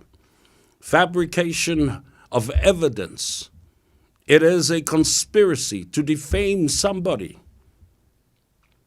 from evidence, statements, affidavits, sworn-in statements, and also conspire to fabricate these statements. Palatua la, o te toe te tai oe, I tua I le mafua anga na laio na wha malolo ina le tō wha ia li o. Pole fita leika fo I le li o le tū. Ina ua le wha tūtua ina e le fionga le li pāremia. Le fiu pē wha tali tali a o le a se taunu unga e o ia I le sua ina o le hit and run na mafua ai o na uma le ola o le atali I atu au. Nā lai lea o na tui nātu, le awa noa I a li o. O se li I te ta isu e leo leo. A senior inspector in the police department to carry out a separate independent investigation. Ese mai leo lua I sa I linga, ma le su enga na ulua I whaia nisi leo leo. O le mata upula lea nā lai o na whaate alio mai tutonu. O le mata ngā luenga leo leo. A silsila fo iai. Ua whaatonu ina li o e whailo na pou mai poutasi ai a fio mai. E ngā lua I tutonu o le taulanga whaatau ma le headquarters ale ofisa o leo leo. Ai le I umi, ai toe a ami e sau o le ua whaile su e ngā leo leo I a te ia. Ona, whapea ua le ai se whaata nanga aloa ia, mai le komsina o leo leo, na te whaatino I nai se suenga whapea tūma oti, seisi suenga I lua I ai suenga. La le mea na tupu. Nga toe a ami mawhai mō lianga ale police tribunal investigation themselves. Suenga whaaloto I whale lava lea. E a fiai ai inga matu la whano. Police protocols and policies. The carrying out of an independent second investigation was unauthorized by the Commissioner of Police at the time. Le sunga. Ia aua pa au longo I tino a Filippo. E ala no foi atu le se sengo mene. Lea la na o iloa. Ma mōlianga ia na whatu lai mai e le komsina whatasi aimba le sunga limon. E whapea ua whawhau ni mōri mau. E tu wa iai I le sunga limon il makapunge. Maisi leo leo. E awhi aimba le komsina. Uma le whaamsinonga. Ale ofisa o leo leo. Matuli ai loa. Wha amoa le tau wha I le lio le tū. Lio la vea wha tau malama a wawa. Susu enga nā leo leo. O le whaitalia le nā leo leo. A la fui au mai e I. Sa iai, ai ngā sa soli e le mwhai. O na a vea le komisina o se leo leo. Oi o se lau whali I le taalonga. Toi a vea fo ia matamata alo le taalonga. Toi a vea fo I o ia ole wha masino e whaia le whaasalanga. Po o ia tuli tua I le taalonga le whai. Mea umalawala ia. I le wha masinonga leo li o lavala tau ia. It all pertains to the department and the internal investigation of police tribunal. Nothing to do with the court of law. O maua mai. This is a local investigation pertaining to the police tribunal themselves. Patino lava ia I lato. O mai loi morianga. Fasoli ngā tulafono I le whaamsinonga. Wha I tū malo. Lea lo lana utou sila matanga I loa iai. Saule I unga le whaamsinonga le nā. Conspiracy to fabricate evidence, sauloa, e mamai le ngoa, le swafa, ta ule lei o le tofa ia li o la vea fa tau malamba, a wawa. O tau se sile la ia lea, ile ese e senga o whamsidonga nei. The police tribunal versus the criminal court and the district court, the court of law. Dale unga o ia. E te tau ona whaamanino ma whaamarmalama ia au whala o le mta upulea. Ia awai ne i toe whaalu whesasi ma le bau tonu le atunu i le whai unga o whaamsidonga nei e lua. O le whasiri la, o le whea o whaamsidonga nei e māwalunga. Police tribunal investigation, their own local court, or the district court, the court of law. Ala leo o tau manino iai, sau e mama. O lona winga, ua ala ngā te tau ai fo i. Ona toi whaafai luanga ina. Either by invitation or by appointment. Ia lera na sawale unga lava. O le whai unga le malo, ma le minsta.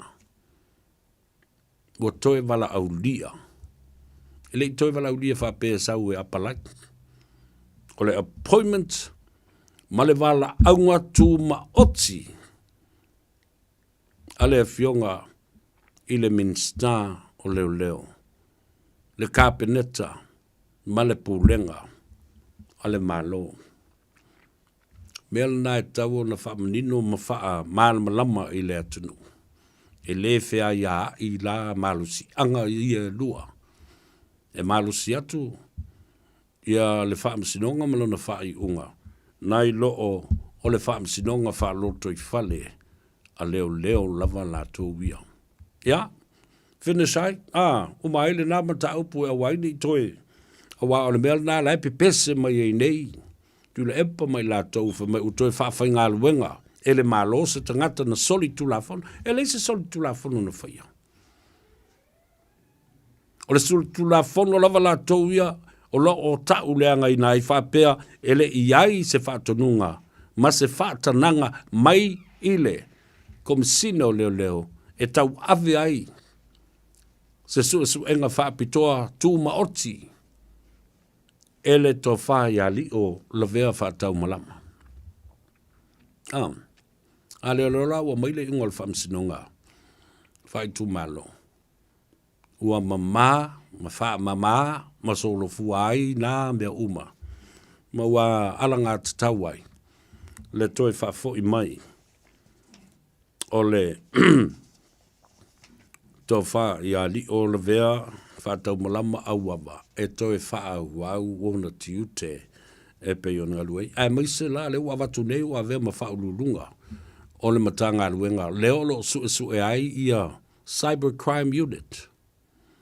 Sori ngā tu la fono e whao ngā ai le interneti, whao ngā ai social media. O ila, e o uma iei a tātou whaamatalanga. E o uma iai ia le tātou tau whaaleanga. E o uma iai ma taupu tau whaasese. O a tātou tala e pue audio recording. Our live podcast or our live stream broadcast and reports. O i e te wai. Ai laltanga te fiola, alwe whaila na morianga. E se i mai te tasi uma. Clips, audio recordings, time, date, and when was recorded. Tato wawaila ia lea. Po le ale tu ai ngā test, po le threshold o le mawalunga o se mea ausia e te tau ina mo lias tangata. Ioi, o le tato tu la fono le na. Criminal Libel Act, mea na whai e tu lep. Defamation, lea ua i uma. O lona winga, lea na atu nei ale. Australian Federal Police, o atu e foi baisi leo leo New Zealand. leo le Pasifika. Ina ia saunga le mu le Pasifika. New Zealand ma Australia. From all cyber crime unit, from all the cyber crime committed, prostitution, sex trafficking, money laundering, drugs trafficking in the Pacific. O whamtalanga, leo a, whaonga ai, ia social media, whapena fo'i devices, clipses, audio recordings, o le a whaingo fi, wa iai tangata whapitoa, wa o I o le ai loai nei. So ino se mata upu, e whatutu I se tangata, au te talia ina ma ia tā ua tele le nā mea. A leala o iai I le tau whae I ali o. Whaingo fie o na lafo atu mea ia ma tilo ma tangai iai. Pē, au sia le test ma le threshold e ma whai iai o na whaia se mōri anga o se tangata. I le whaingo mea ia e whaasoli tu lava. I tolu lava la. Lea o ta oto ai mōri anga I e whaasanga I atu le epa. Ma fua mai aisea. I ana ia lava tangata whaasala lau his own propaganda media.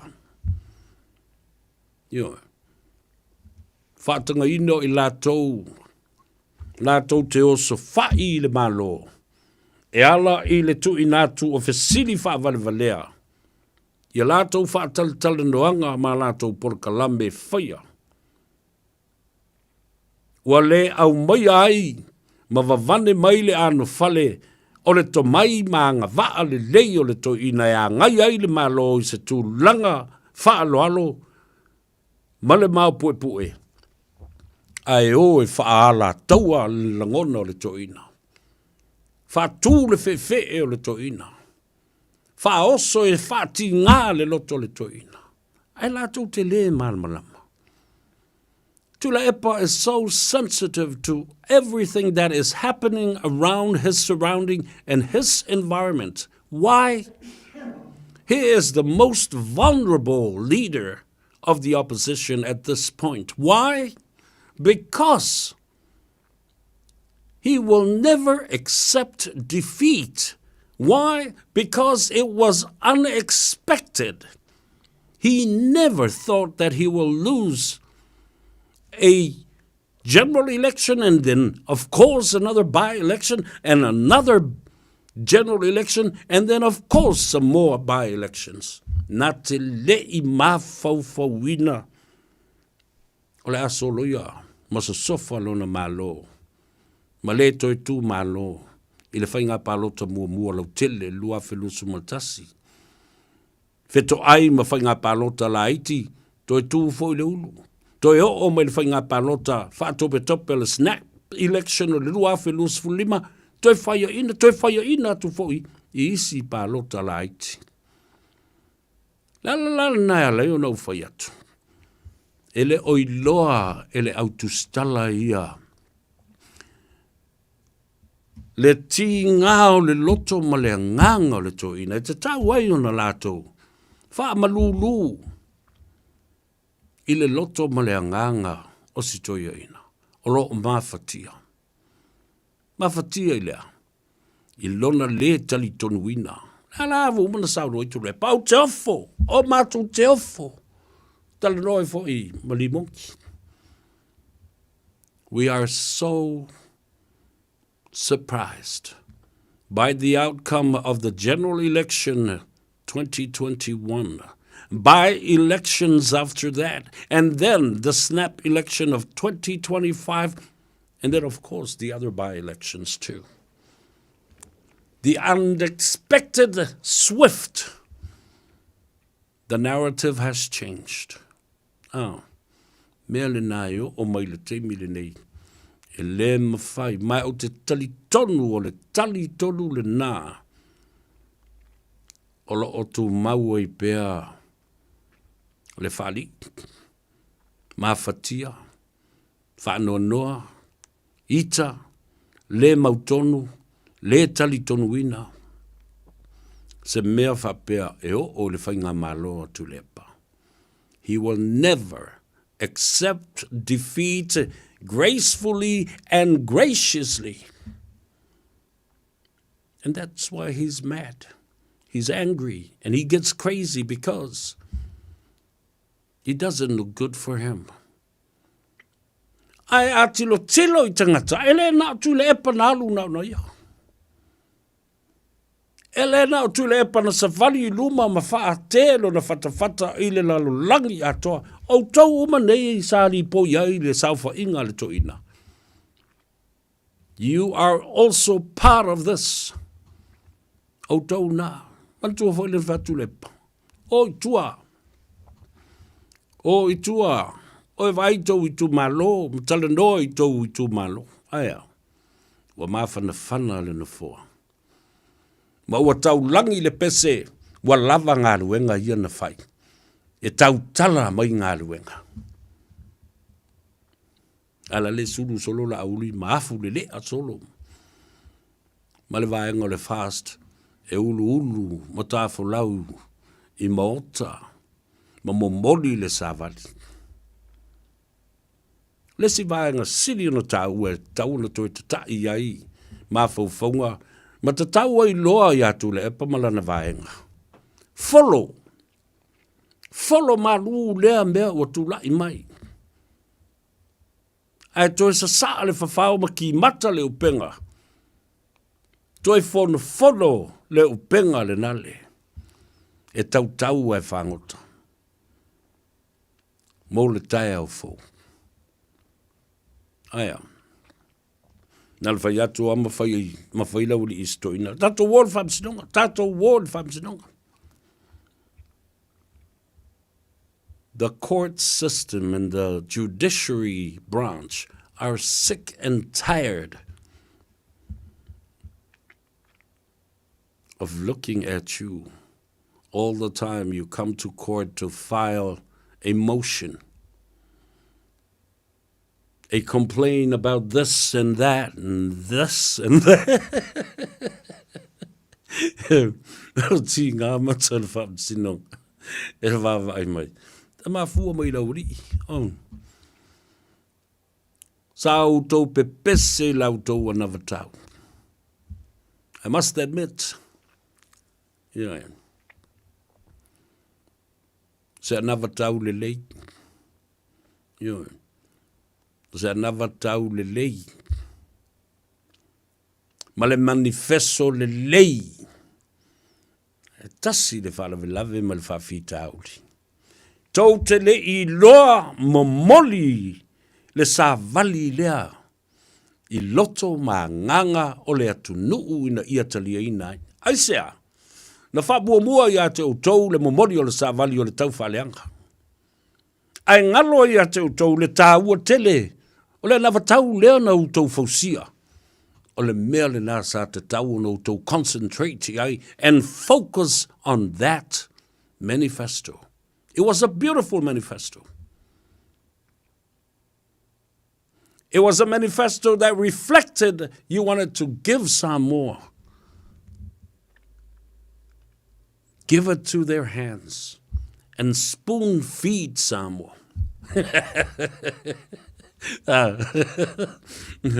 Taua, mo le taimi mua. Wo tau mana oi e tufa tupe ya Samoa. Fafanga nutu Samoa I le sipuni. Tulau fafonga le tenu. Give them money and spoon feed the country. Awafoi. Fafonga lai lau tala le la fayat. Mo le tele o tautanga. Fast food mon tupu tausanga. Na fai uma le malo mea uma lava. Ati nae o fale o awala. Tu la fono o ta vale. Mea uma. Fa uma e. Ele malo le chapipi mea na. Nā tau te le mana na o e tu watu ni tangata, ni whātua tuanga, I ni tupe e o ai, e whai e la tau le atina. HRPP never had that in its blood.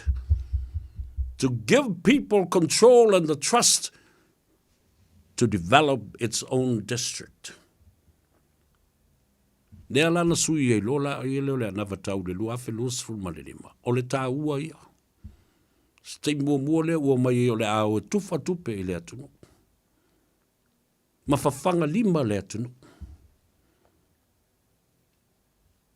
Aya.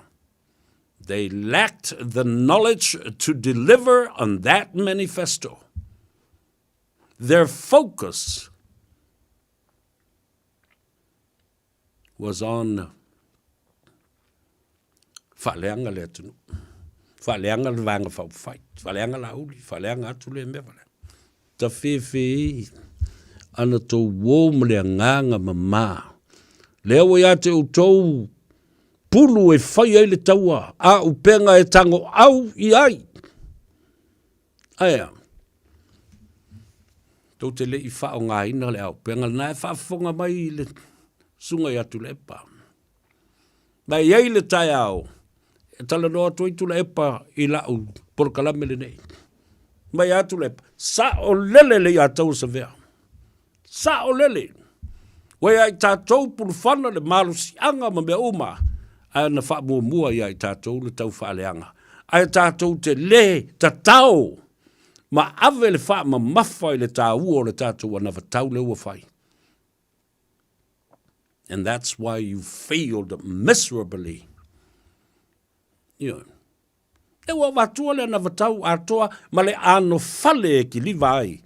Especially this campaign. You could have won that election. Aya. Me al mena tupu i le sunga lauli. O le ana vatau foi lea. A tātou wō. Dena tātou mua tātou foi le lua fe lus fulma le tasi. The same project, the $1 million project, the plan is the district plan to develop the district and the constituency. La le fuafuanga. Le ana tātou vava ai i ai ma whaali mai a tātou tau le lei i le lua fe lus fulma le tasi na ua whaatula i le porkalame tasi le miliona tala. A tātou la nao tau le lei na whaau le lua afe lus fulma lima. Au le matango fie, I must admit that. O le anava tau na whaia LHRPP. Au le mea na whai. They slipped off the microscope that would have focused on the importance of the manifesto. LHRPP. Pole mawhai o na lātou ki liva. Ua wha mua le tau whaaleanga i o le lava engam nea. A wale mawhai o na tau au whai. Loutou tō wha le lei. Maturi matai lau tau manu lea. O le matua te leo le ese senga e o iei le tai au le nei pe ana o tō whai al mea leo te whai ato. E lea whatoa au tau talatu. The reasons of failure. And that's why e tā ua tele le tātou wō le ponati o le mataupu. Tau te māla malama loa. Ona fofoa lea ma tā tupu ane. Le tā tupu fau i le tō whāma le whautanga ma whapea mai lo. Enough is enough. Sa ole a tau sa vea. Let's go and give la only the benefit of the doubt. Ma tātou o support tātou tu malo, ma tangata lau tele o tātou tu malo uma. Mo le nei teimi. Tu le avanoa i le malo. Leo o tātou loa le nei le mafua anga. Me la nai leo no whai atu, e le na o tuila epa. E blame ma ave i ai. Le whaase ai me mea lea. Auto uma i e li po iei au tafa. LHRPP ma petesa. Yun. Ana utou wō lava e focus i lunga. La utou campaign e nao la utou wō e whawhangang tu lima. I le whawhonga o Samoa la utou anavatau. Le auto o e tufa tupe, ia tina e le a inga malea. Alfa le lava. Na wha mua, ma wha mafa, le wha leanga ino la uli, ma tangata ua tau ta a alo ai i le tino ai tau te le ta a alo i mawhauwhaunga nā lei o na whausia lau tau ana watau. Mea nā lei o na fumfan a toa le campaign.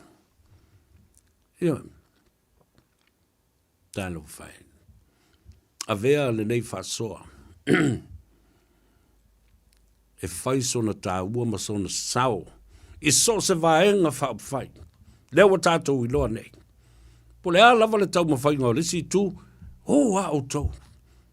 O a mea le nei uma o tau ta pena, ma fola i lea tunu o lea whai, o e whai. Tatia i pele lea ngā lauri i lea, their own personal grievance and their own personal faults, leave it to the side. Let's carry on. Let's play now. Bring that game on. Nā wawa aila i le iai. E tau wā le atunu. E tau wā le atunu. Tau te wā i fo iai, o te tai o vāenga whau whai ma vāenga ese, o le amatua tino ina ia whau pēr le mea le lei, ina ia mawhai eo na whai le whai unga le atunu, ia te o tau po o ia te o tau. Nanga whai leo o tā tupu. Ia mea mātango fie a nawa tau uma e lua. Aia tau whaleanga lo le stangata mata alo tinganga whara. Ei, sale, no politino. Nei se polo i de melea.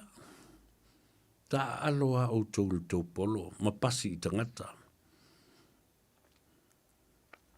Aia leo le tau mawhai whao le polo le ta alo isi auri. Ta alo ma le to mai, ma le ata mai. Awa, o ai le tau te o, ina ia manu ma lo mai. O ai le tau te o, tau te whai ei o tau, ma le au Faiva. I tangata. O tangata. O tau ia oe. E tō le whale o tau taia e lau sa saa o tau Faiva ia Samoa. E tufi tau whao le atunu le manai leu o tau atu e mori atu. E watu te o tu fua whale anga le whale o lisi tau tai. O la fu e tau fola ana ia. Tau fola lana manai. E lau sa saa ai o na Faiva e se i o mai le atunu e tufi tau whao. O tau wawa ai ai. In terms of fairness of a playing field. E tāua, tātou wō, i le malolonga, fo i mai tāua lunga motu ngā awha o le ngā Gagaifo Faiva, ma le a taua sa vea se yuli, i le nei a solua. O le polo kalame o le ngā Gagaifo Faiva ma le a taua sa vea i lunga o le Radio Samoa ua mawhai o na awi nātu ona o le fesosoni mai o le Pacific Specialist Healthcare ma le tongafitia o le ngā sengase o le fatu ma le ngā sengase o le kanesa i whale ma i e lua i Nandi Masuva i le atunu o fiti asiasiane i le upenga tawhailangi Pacific Specialist Healthcare psh.com.fj. Sunga o whenga whakao e lo kawa le fōu maunga Max Ila. Senga uka amilo i au kilangi. Mo koe fōi mai lawa i o tara i le Tire World and Auto Limited. Lea ma o aiso skoi ngā meg ma pa uka awari. A o le me piko sidi. E ngā le lua lima ka alalwa i aso le kokongi. Le Tire World and Auto Limited e te maua i ta awale ma pa utau ngō fie ia New Zealand antoa. Mo fo i se ti mag wheels mo so se tu ai ngā ta awale ma le telo isi au unanga. Warren Fitness i le na o le se fulu tala pia i wha i lo i eina e wha afafonga le Radio Samoa i nei wha abitua. Talia wins quotes, cue cards, maisi. Walau lo le Tire World and Auto Limited i le lua fitu tasi tolu o mo pa uta avale. Po le lua fitu wha tolu lua o mo le whale inisinia. Mō tā penanga o wha moe te tele, wha awhisilta i le Lux Tent Rentals. Maua whale ie, gnufoa, lau, stage maisi. Veri mai loa sa Taj Singh i le olua lua, limatasi o limaiva lua tolu. Olua lua, limatasi o limaiva lua tolu. Eva mai pea I te radio kasi lima I wakolu a mo Ao ngā tele sunga mo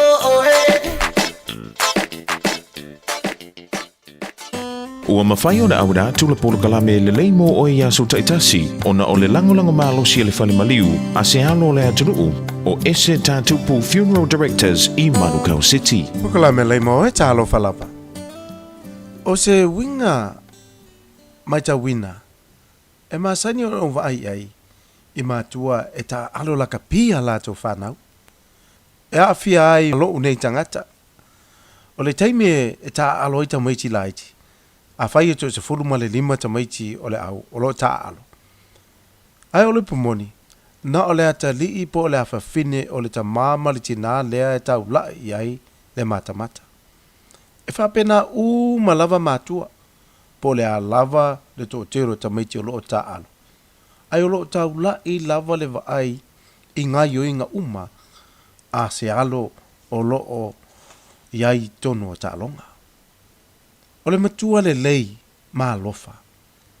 E le kea mapapole i la asese o le tamba po le teine o loo ta alo mawhai ni stepu se o lana ta alo i tonu o le malai. Ai, peitai, e pati ma maita wina se stepu le lei. A whai e lua se lau mea se ai o loo pati se mea le lei e tasi. O tatonu. O le ata leo o le maata i tuina o le atua o se stepu le lei i lana whanau. O aso o lo tu mau lava lana sila whanga ma maita wina si tepu le lei o lo e whaia. Awa e whaata waina oe le tua. O se tepu le lei e tasi o lo wolanga. Ua sili lea o na ia whaata waina. Ma le wha moe. E wha malosi mai, ma au mai, fesosoani, ina ia wha le leia lo wolanga. O lau tā leni, ma mea alofa o ia te oe.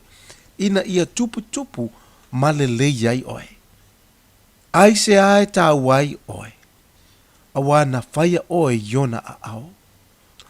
O oe, o lona mala malama i le lalolangi. O oe, o le masima o le lalolangi. Mo le maule tusipa ia. O lana lava ngā luenga i tātou. O lo ngā lue pea e wha le leia tātou i asa uma. Pese le whaisa lamo. Ua e su e lo usavali ma lo ta oto. Ua e masani lava ma uala uma. Ua e si o mai a te au i tua a toa ma uluma. Ua e whae e mai fo'i lo wa au i lunga i a te au. Na sila mai o fofonga i o tino uma ina o afua. Ua tusia fo'i uma lava i lau tusi. O na aso na whai ai, ai le ai ni o tino. Usoe, e wha tā waina oe le sila whanga le tua.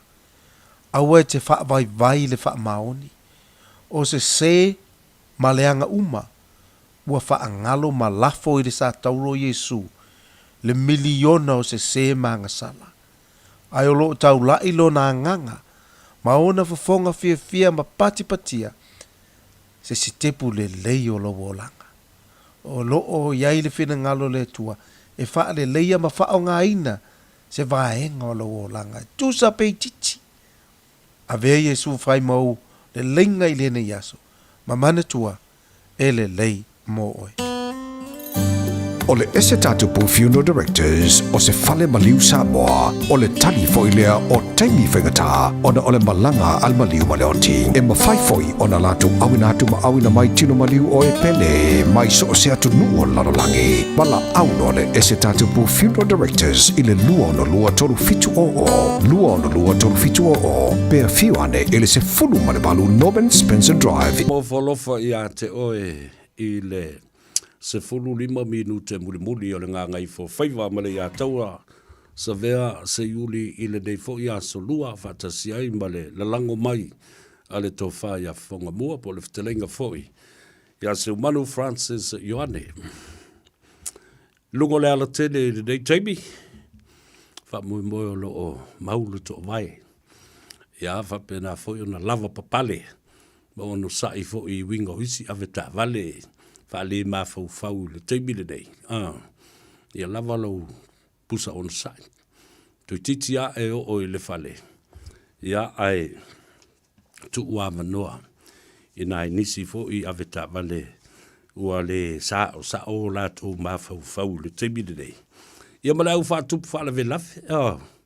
O isi so le te langona atua le pala lau vale mai.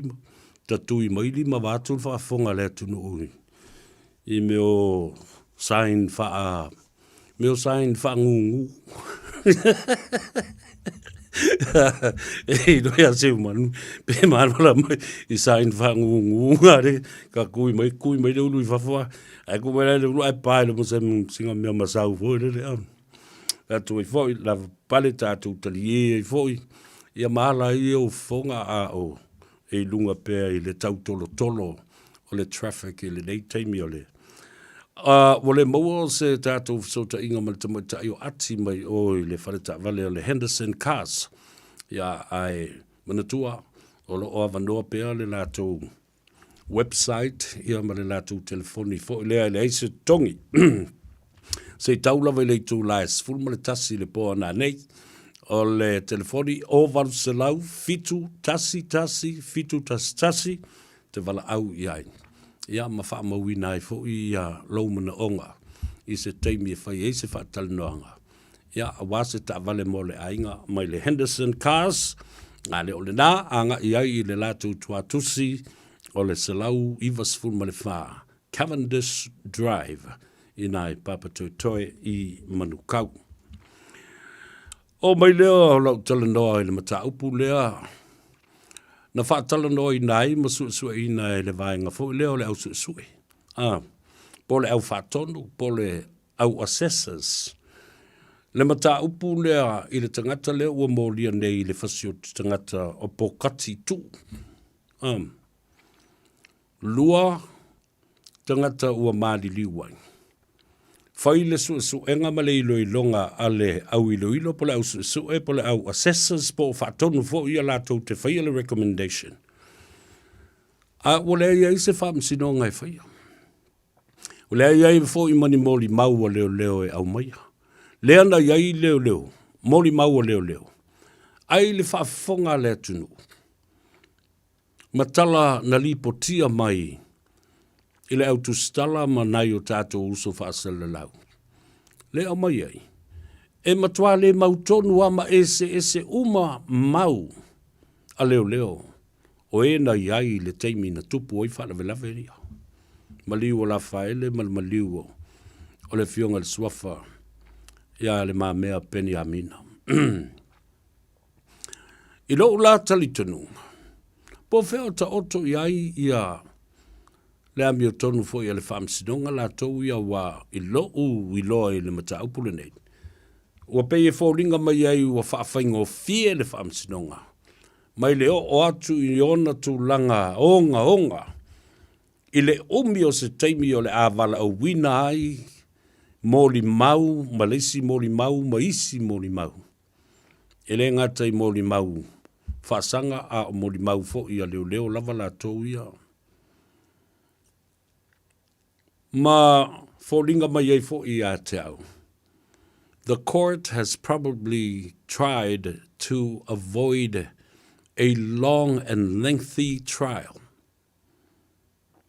The assessors have done the bigger part of the court and its investigation. Ia. Nalana leo vavaya tu nei ai. Ia le lau fina wina nei. Mai le whaiunga. E se fulu tausanga o le solo atoa. E lua tangata I na whioti. Tālo sanga leo e le lava le se fulu tausanga. Au mai le minimum o le tai se fulu tausanga e tuli o le solo atoa o le maliu o le istangata ma le ola o le istangata. Lua tangata maliu. Le asa utal tonunga I ene nā ma tātou te leo whaaleanga le whaamsinonga. Ai tātou te mawhau matuli loa ni whai unga whapea. Le ala o toi whina waile leo. Whamole a mai le minimum. Serve 20 years minimum before you're eligible to apply for parole after 20 years of service and living in jail behind bars. tautia, ne foi mea tātou no foi ma whātalitali ai. Nā wa mai le assessor's recommendation guilty. Ole, tulanga tābua i le vavai atu.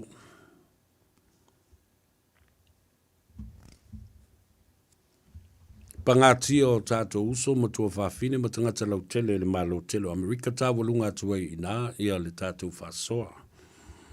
I le mata upu lea o le alu mawalunga e lunga o le kesi. Mawalunga le inflation. O tau mafa, o le mea matau ti ale nā lewa tula i mai nei Amerika. O le tau mafa, tau ngata o le soifuanga. Le tua lalo le nana au mai ina ia lava ia le tātou suau uma le pensini wha leo. Ia le whau uma na ave le tua lalo le fionga le li pārmia, Honourable Minister, Honourable Prime Minister, la uli le mali toa. I le malo New Zealand, whapea fo i le malo Australia, ina ia lo fangia, ia le tulanga.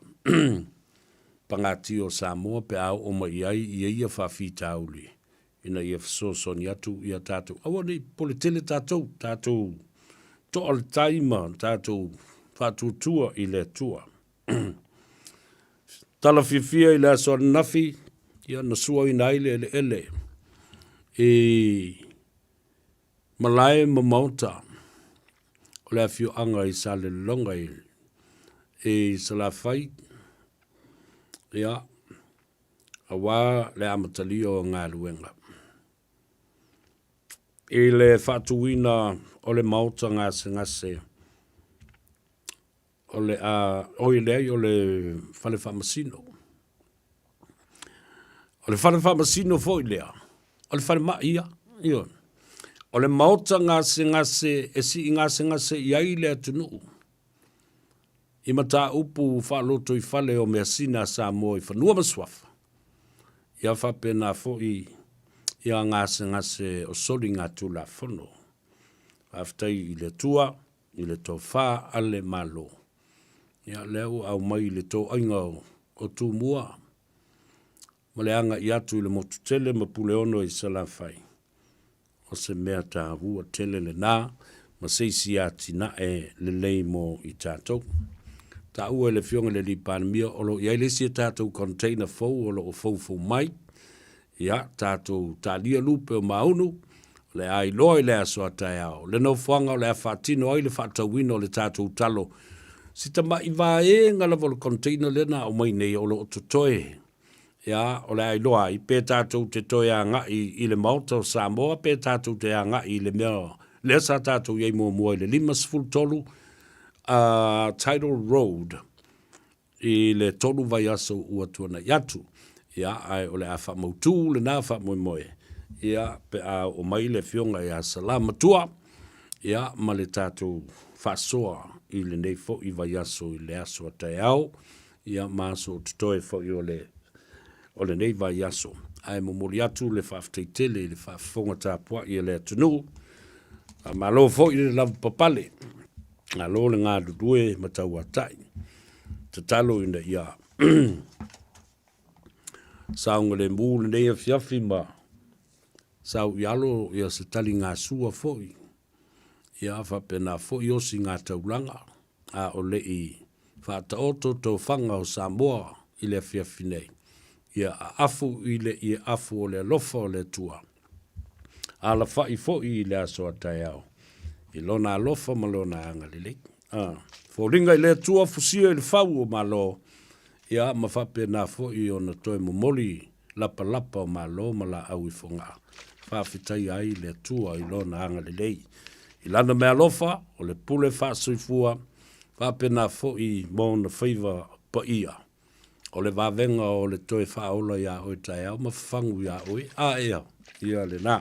Ria tele te mamti nā mātua le tunu. Le au whainga luenga te tofi a Samoa. Ia, ai maise le au whainga luenga a le tua. Te tai o le tātou o tunu. Te tai wha le anga nu. Ia, whape nā fōi te tai o le malo. Whamangalo se leo leo nei, whaftai se manu, lea tātou wheilua I lea soa tai ao. Ia, wia tele o tau lunga o le api o fōlinga. Ia, me se fō I le tātou YouTube channel. Le channel FM 106.1. Malo lava pale to titi lava. Mai ale tātou ngā luenga le pou.